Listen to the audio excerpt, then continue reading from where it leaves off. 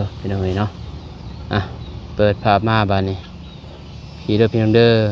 บ้านน้องเมฆป้าตัวองตองเลยเนาะโบกด้านนอกเลยพี่น้องเนาะตัวกราบทักทายสบายดีสวัสดีเด้อพ่อแม่พี่น้องเมื่อสุขูสุขคนกันยินดีต้อนรับเข้าสู่สองมาลงพี่น้องเนาะจากมาแต่เพื่อนดินสวนเบาเตียงพี่เนาะไปสวนแวะมาหาทางมาจอบบึงพี่เนาะบึงกระพุ่งกาแฟน้องเมฆไว้ว่าดิเคี้ยวเลยมันใหญ่ไว้เถอะเสียจะเพียเขาเลยอันนี้นี่โอ้เพียดำยินมดอันนี้เพียมดมันหมดเนี่ยอันตรายมดใหญ่มดตึงสบายดีเด้อสบายดีเป็นยังไงเนาะงามมะลิสียาคาเพียบ่จากสิได้พ้นจากบอดมันโบแมนยาคิ้วยาคิ้วมันสีดบ่ได้จักแล้วอันสีต้นแดดมันต้องใส่แห้งๆนะนี่มันอยู่พื้นเนี่ยพื้นเนี่ยนี่ใส่ซื้อจักตัวนี่เนาะตัวจักนะตัวนี้มันบริคาบมาได้ตัวจักนะตราดแห้ง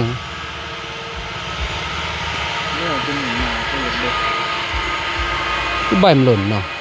ใบมันอย่างนั้นเนาะ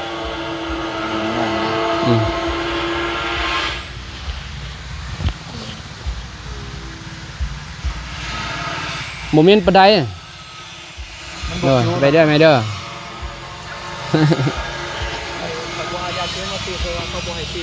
อันแรกไงคอยเอายากันเสียโดยตรงมาฉีดเลย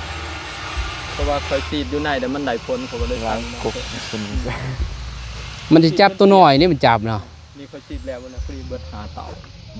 บ่นี่คอยฉีดเปียกเลยเพราะว่าคอยฉีด2 ครั้งมันเข่าเบิร์ด2 ครั้งเลย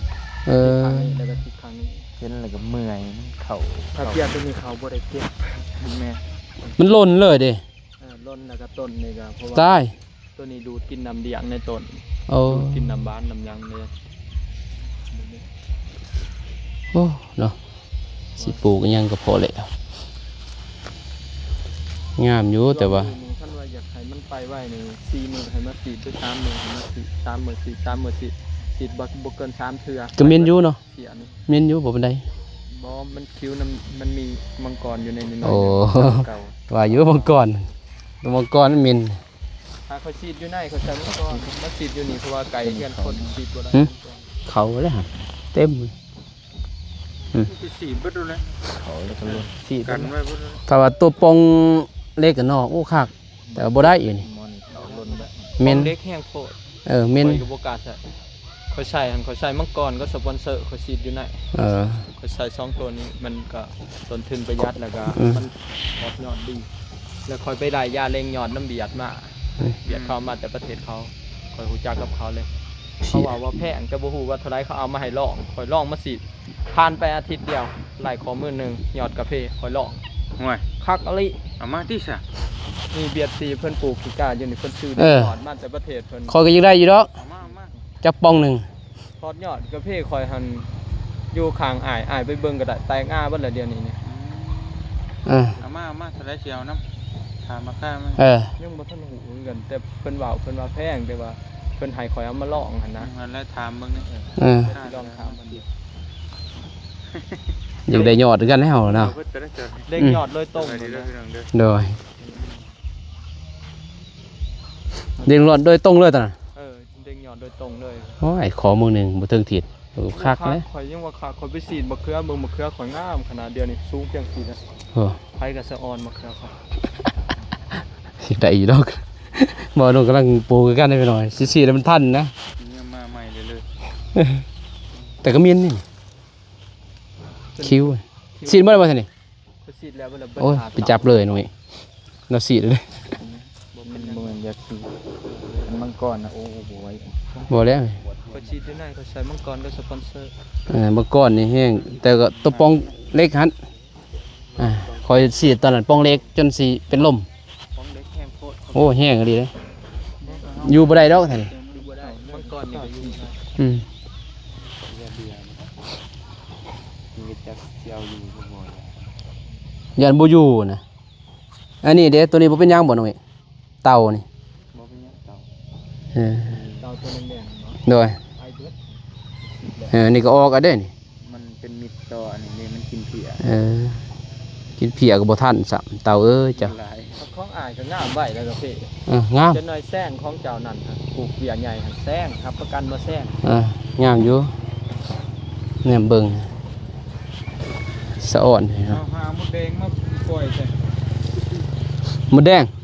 มันบ่ได้กินดอกมดนั้นแห้งคักได้เพียมดแดง ฮะบ่ได้ จะเบิ่งอยู่ส่วนข่อยหั่น มดแดงนี่นะมดแดงส้มเฮานี่ เพียตอนนั้นยังโหด เพียมันบ่ได้มีเพียอะไรนั่นเพียมดแดงน่ะมันสิมีเพียเพราะว่าข่อยใส่อยู่พุ่นน่ะมักข่อยปลูกมักทั่วเนาะ เพียพวกนี้มันลง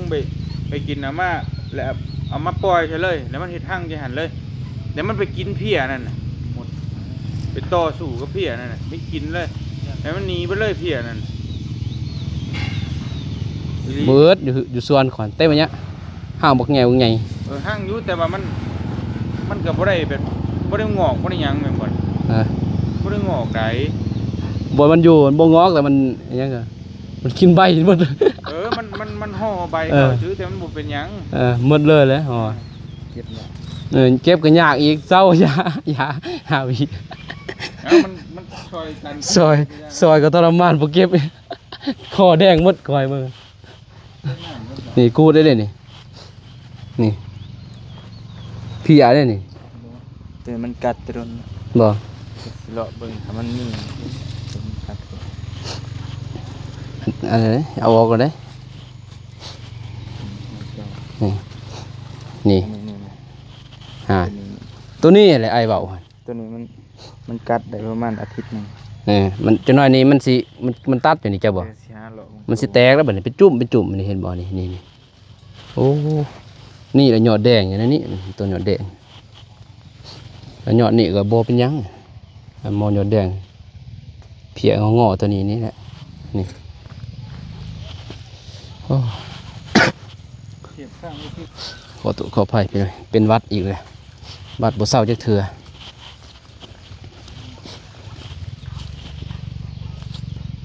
โอ้เพิ่นนอนเลยบ่ สร้างเพิ่นมาแต่ใช้สุดเจ้าเพิ่นเฮ็ดเหี้ยชาวบ้าน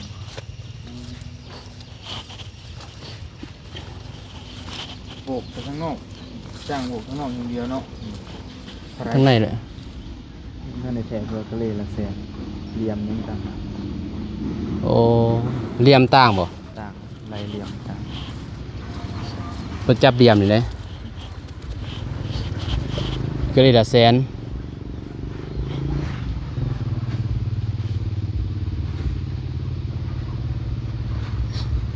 ปฏิบุหึงบ้างเนาะ เจ้า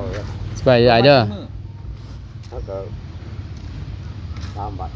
3 วัน โอ้ช่วงจะมือก็แล้วเลย ที่มากที่เศร้าที่ผู้เศร้า โอ้ จับเหลี่ยมนี่บ่ เรียกจับก่อนจับเหลี่ยมก่อน ไว้ จักคนน่ะ ตาที่เป็น10 กิโล 4 คน4 คนก็ไหวเติมเลย 3 พุ่น1ชมพู ตอนนั้นเหลี่ยมจับลำลังบ่เรามาจับให้เลยบ่ นั่งข้างในเลยแกงข้างในเลย โอ้ทางในตัวเขาโบกกันเนาะ เขาจำเลยนะข้างใน ก็บ่ได้จับ จำใหม่ข้างใน เดี๋ยวนี้แหละเขาโบกเขาก็ต้องจับก่อน จับ จับก่อนจะมาโบกลำลัง จับจำนำบ่ได้แล้ว บ่มีนะกำลังเคยเห็น เลี้ยงอยู่ มันเคยเห็นสะอ่อนดีกาแฟนี่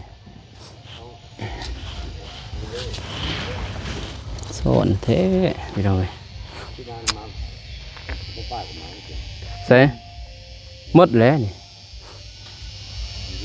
2ต้นบ่อยู่2ต้นปลาย จะมีขี้เลียบให้ ประมาณนั้นแหละ2ต้นปลายตามไอ้เบิ่งเด้ส่วนไอ้ยังน้อยๆเดียวยังได้2ต้นนั่นนะ มีส่วนละ2ลูกนี่สิได้ ได้2ต้นพันปลายแม่นบ่ จังหวะ 7-800นี่ก็ยังได้นะ2ต้น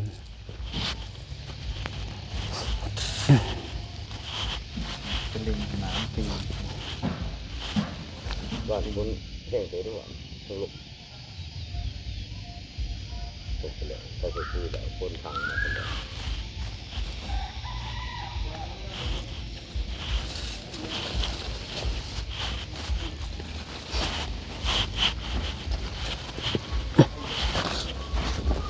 อันตัวนี้ไผไอ้แดงบ่เห็น เรือเลย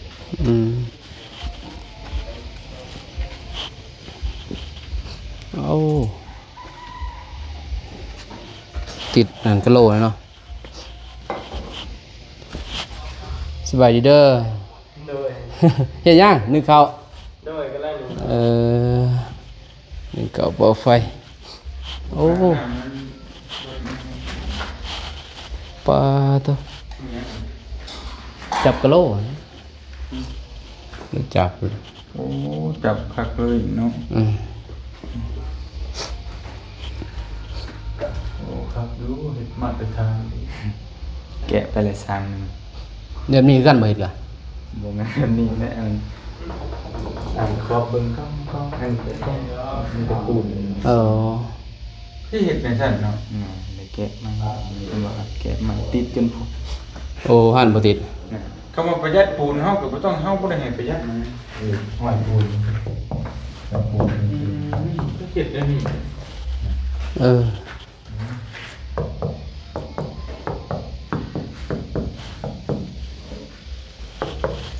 ครับอยู่อัน มันสาอันก็บ่สาอีกนะแต่ก่อน บ่สากอีก บ่ตรงกันอีกรอบมันตรง เฮ็ดคือ ไอเดียแล้วก็สร้างยุติเลย เราสร้างแบบนี้ อันนี้เราซอยหมดบ่เออ เที่ยวมามึง กะโหลนี่ก็แพงเด้ ทำก็มามึงระวังอยู่นะเดี๋ยว ทำไม่งงมาทำลำนะ ติอีหลีเนาะ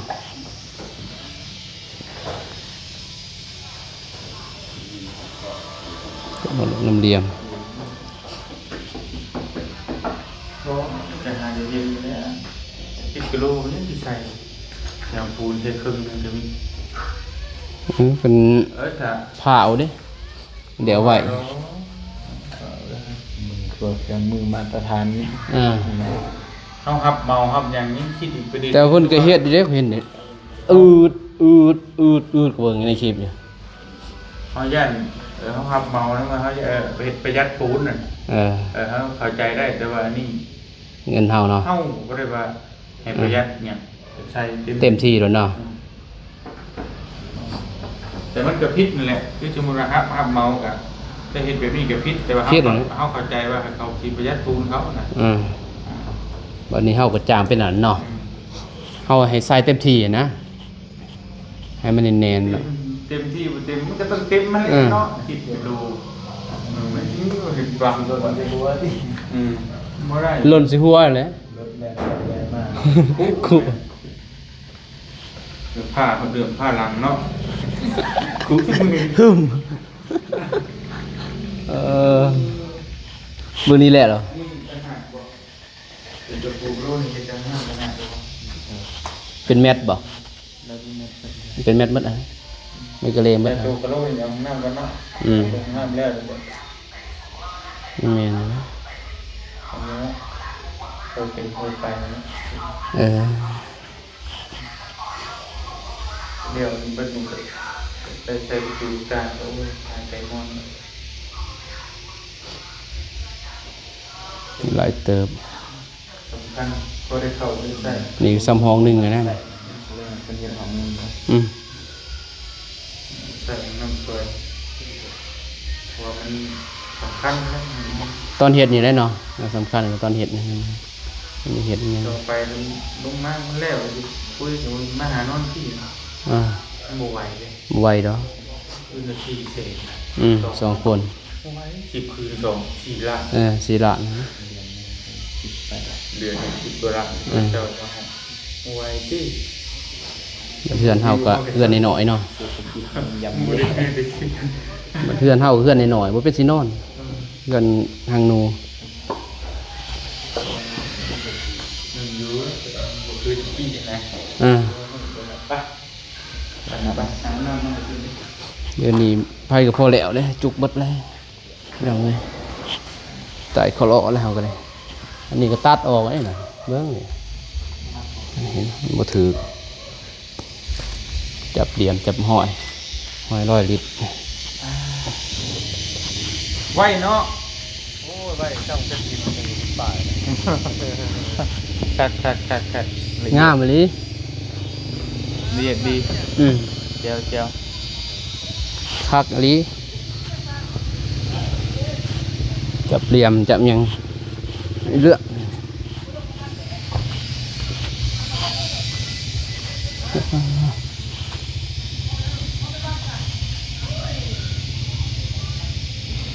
ขัดหมอกขัดมันในเรือ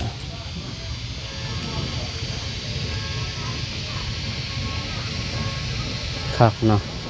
คักอยู่ อ่า ในเรื่องนี้ เรียบเลยนะ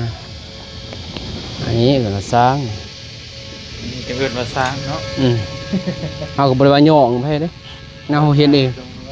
อืม นี่จะเกิดมาสร้างมันจะเงียบแบบนี้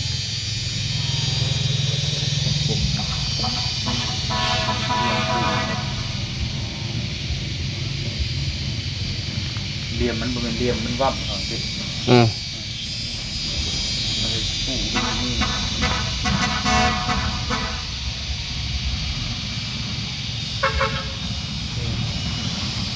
มันจะเงียบเลยนะมันละเอียด อืม โอ้โหเลยดีที่ทัน เราใส่เครื่องบริใส่เครื่องมือตีใส่ปะ ใส่นะ ใส่คือกันปะ ครบ โอ้มันมีเครื่องมือมันก็คักนะเรียบบ่เมื่อยล่ะเนาะอย่างตะกี้ก็คัดก็โอ้ เป็นเพื่อนมั้ย อืม อะไรละ ตอนมาเนาะ ตีหอกเกิดกันท่าสีเกิดกัน นะ นะ แต่ในมุดรุดเดินเป็นเนาะ ฮะ กูมีตีนเป็นเนาะ แม่ อืม ถ้าต้องท่าสีประมาณวันเสาร์เส้นหรือ40 เส้นก็ได้นะเดี๋ยวให้มัน30ก็ได้แม่เป็นงามการสีสด บ้านนี่โอ้คนโยนใส่มา คน โอ้คนนะคนแห้งมีรอยเช่นจะบอกขอบมาประตูจะมันอยู่จะบอก ขอบท่าสีต่างหากเท้าต่างหากที่นั่นมันมีลวดลาย รุดไล่เนาะ บอกเป็นบนในน้ำให้คณะกีดห้องให้ของการกีดอยู่ว่าบนในน้ำหลอกบุยจะมาเห็นไปแล้วมันจะเป็นแก่เลยที่ห้องก็งามอยู่ได้แหละกีดเป็น50 เส้นแล้ว อ๋อกันบัวนะ แมนกันบัวอันนี้นี่สมมติว่าเขากระตองดินเขาคิวอีกมันจะงามตัวนี้แต่ได้เข้าไป ใส่คิวมาเลยเนาะ ตัวนี้ มีแต่เหลี่ยมเบิด แมนดินคิวเรียนมางามพอกเวลาเนี่ยพวกอันนั้นโมเดิร์นเนี่ยก็ต้องดินแบบพันเลย มันกันมันเห็นลายแล้วบุเฮ็ดดิมันลายแล้ว บ่งาม กาแมนว่าเรื่องร้ายมันก็ร้ายอยู่แต่ว่าเรื่อง เดี๋ยวเรื่องตัวใหม่ๆนะงามอยู่ตัวนี้ใหม่ตัวนี้มันลายแล้วมีแต่เฮ็ด เอาบัวเดียมแล้วตัวนี้เขาคิดจะ ท่า ขาย สี เรื่อง นึงมาชิ้นต่างหาก อยู่ดอกบัว บัวเหลี่ยมเอาวะบัวสีแจ่นวะ บัวเลียมแล้วงาม ผมโมเดิร์นนี่มีแต่บัวเลียมเลียมประมาณ8 เส้น แมทอะไรเห็นอยู่ตรงนี้จะนั่ง เส้นป้าย แม่ละแสน เส้นผ้าเนี่ย แสนป้าย นี่เดี๋ยวชื่อเนี่ย เดี๋ยวเผาใส่ซะบัวอัน ใส่ปงเอี่ยมก่อน เอาพวกอย่างคนบอกว่า อ่า จะไปเรื่อง เอาปงเอี่ยมมันแล้วก่อนเป็นยังไงเนาะ ไม่ยากนะผมเยี่ยม บ่ยากบ่ ขาดน้ำมันพกครับน้ำพก เพบัตร โอ้ยมันเปิดอัตโนมัติตีถึงก็ได้เขาเห็ดเขาต้องเห็ดปูนก่อนได้ผมช่างแล้วอยู่เขาต้องเห็ดปูนก่อนแม่นบ่ล่ะเขาเห็ดแล้วบ่แล้วตัวพวกประตูเขาเอามาใช้น้ำล้าง เบิ่งเทียบความเช้าหนา มันช่างคนละ แม่ แต่ น่ะ เขาไปติดบานติดอย่างนั้นมาเห็นมันเปื้อนมันนี่ แล้วเสียบไป เขาต้องเห็ดตัวนี้ให้มันแล้วก่อนงานปูนเนี่ยมันแล้วไปเลยนะถ้าจะเอางาน จักเกิดเรียกว่าเช็ดเกี่ยวจักเกิดที่สร้างน้ำหวานนี่ เนี่ย ว่างยาได้ขั้นขั้นเหลวพวกเนี่ยมันเหลวไปมัดเลยหล่นได้จะมาเที่ยวบ้านบ่มีเปื่อน มันประตู บ้านลังเนาะ ประตูพ่อก็คือคอยว่าแล้วสั่งซีมาแผ่นเปิดใจร้อนผู้ใดนอน ตอกใส่แล้วนะ มันบริยากได้ตัวนั้นบ่เฮามีเงินเฮาก็คั่วออก มันง่าย เปิดว่าตัวนี้มันแล้วเลยจบปัญหาผมสร้างแล้วอยู่ดิจะให้เราเฮ็ดเลย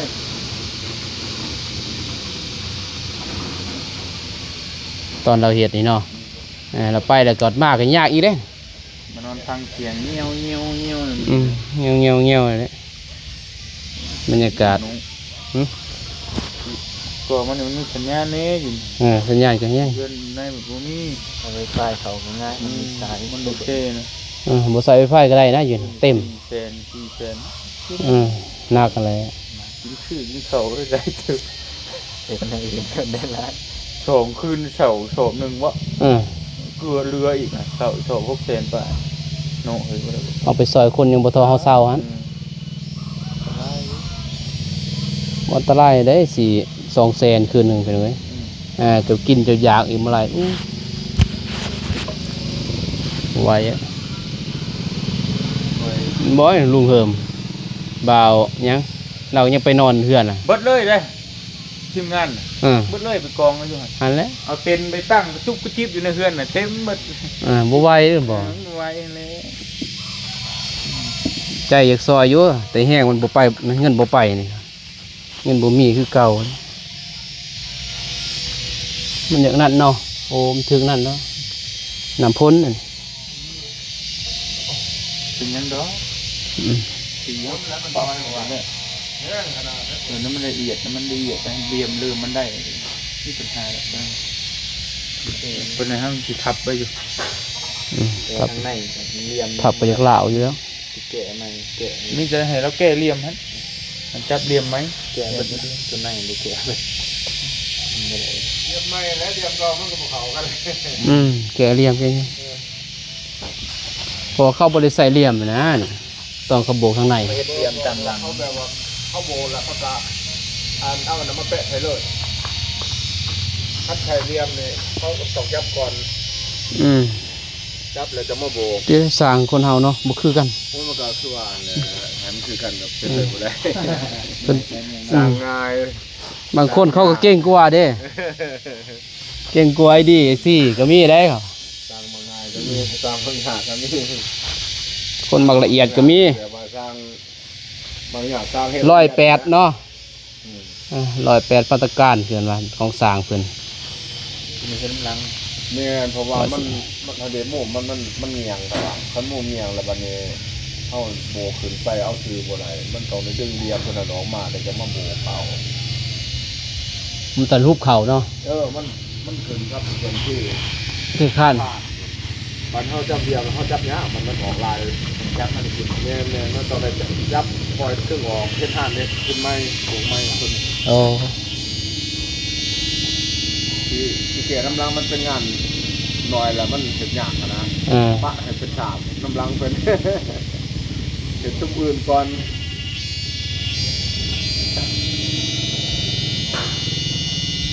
ที่มาเป็นไปที่ว่าสมัยก่อนดับเรียนตึ้งออกมา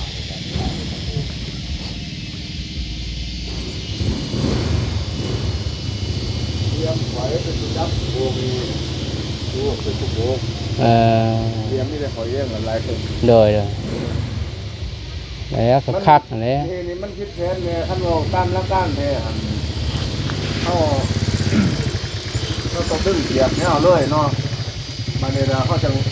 ได้เครื่องมุมแต่เขาจะวิ่งย้อนเล่าซึ่งว่าถ้าเนี่ยผมมีของที่เขาที่แตกไปเลยหมดอันนี้เขาต้องแก่ไปตั้มเหยียบเขาเสร็จก่อนจะโบแก่ก็โบได้มันเป็นสันที่เหยียบ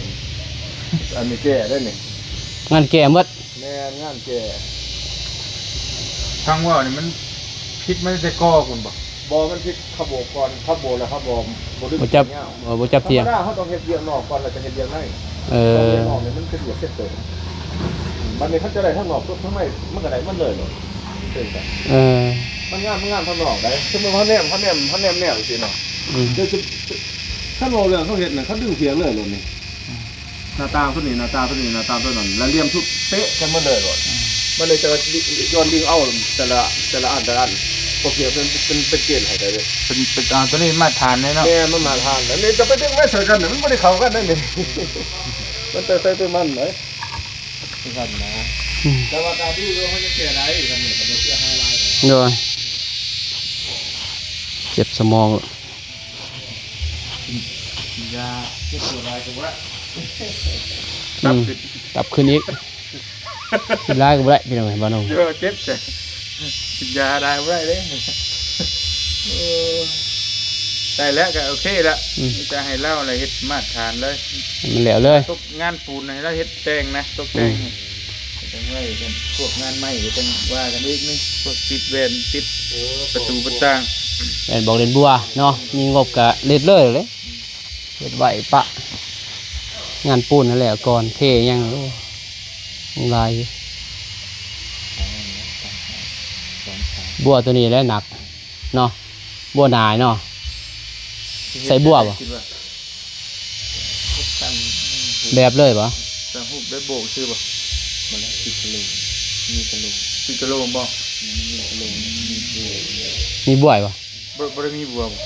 บ่ได้เป็นบัวกันนะธรรมดา ธรรมดาเราตัดเลย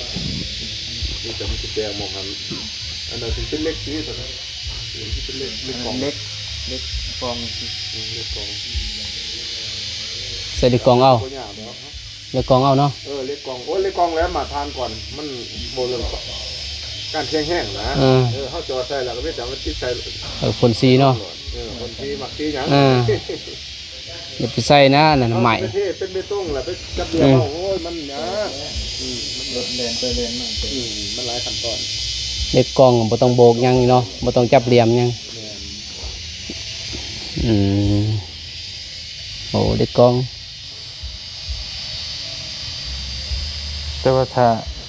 เนาะถ้าเราจะเพิ่มลวดลายอีกนะสำหรับส่วนตัวไอ้เราก็ได้แต่เฮ็ดให้มันมีสีซับนี่ บัวเนาะ บ่อันนั้นตัวเล็กบ่สิว่าจะเอาสีหยังก็ได้สีส้มหรือสีหยังนะ มันสีเนาะ นึงนะเล็กแม่นเล็กนะแต่มันจะขึ้นนี่นะแม่น 2 เส้น แบบว่าให้มันคือห่านได้เด้มันจะมีสีให้มันแบบรู้สึกว่ามันมี ดำปิกเลยกับบ่งามเนาะเอาเบิ่งคือมุดลึดเลย นี่คือแบบนี้ได้นี่แม่นบ่เฮาสิเอาขาวเลยก็บ่งามแม่นบ่ล่ะ มีสีส้ม มันงามนะมีลวดลายคือแบบมีสีสันขึ้นนะมันนะ ระบบต่างประเทศเขาจะแต่งนั่นน่ะ ได้เอาระบบต่างประเทศแล้วมันจะให้มันมี เรื่องละอันลังเดียวมันมีหลายสี แมนมันมีขยำมันให้มันมีแบบ ดึงมาใส่ มันจะงามเพื่อนมันมันใส่สีข้าวมาหลอดเลยกับบ่งาม แต่งซอกแซก แต่งบอกแต่งบัวไปอะไรเงี้ยแต่งสีขอบมันขอบนี้งะยังลายอยู่